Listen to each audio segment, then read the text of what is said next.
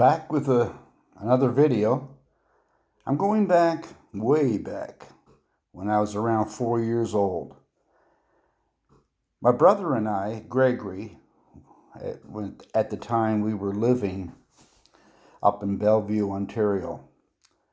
And I remember this quite vividly. I was 4 years old and he was 3. We used to go down in the back of our house and play around the little stream or brook that most kids, when they find water, that's where they go. And so we were there. We would play every day, and something happened. The current became quite strong, and my brother fell into the water. And at that point, the only thing I could do was to yell out. And I cried out and I said, my God, my brother.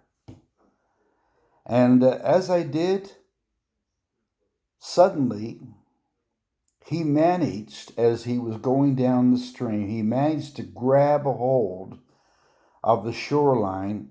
And at the same time, my mother was coming down and heard the cries, and she grabbed him, hauled him out of the water. But the best thing of this story is that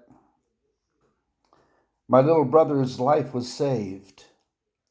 And kids around water is not good. And a lot of children are killed by fast-flowing waters in the springtime.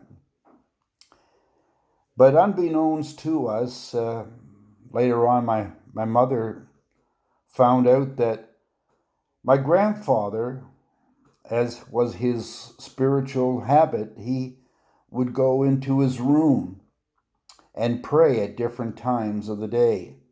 And at this particular time, he had a tremendous burden on his heart. And he would say to his wife, her name was Rita, she would look at him, and as he said to her that day, Rita, I've got to go and pray. God has just put the urgency on me. And so he went into his bedroom and began to pray. And he prayed for his grandchildren. And as he was praying, he prayed what we call praying through.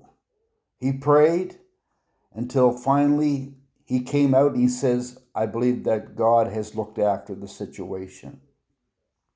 And yes, truly, God did look after the situation. My little brother's life was saved that day. And it's something that I have never forgotten.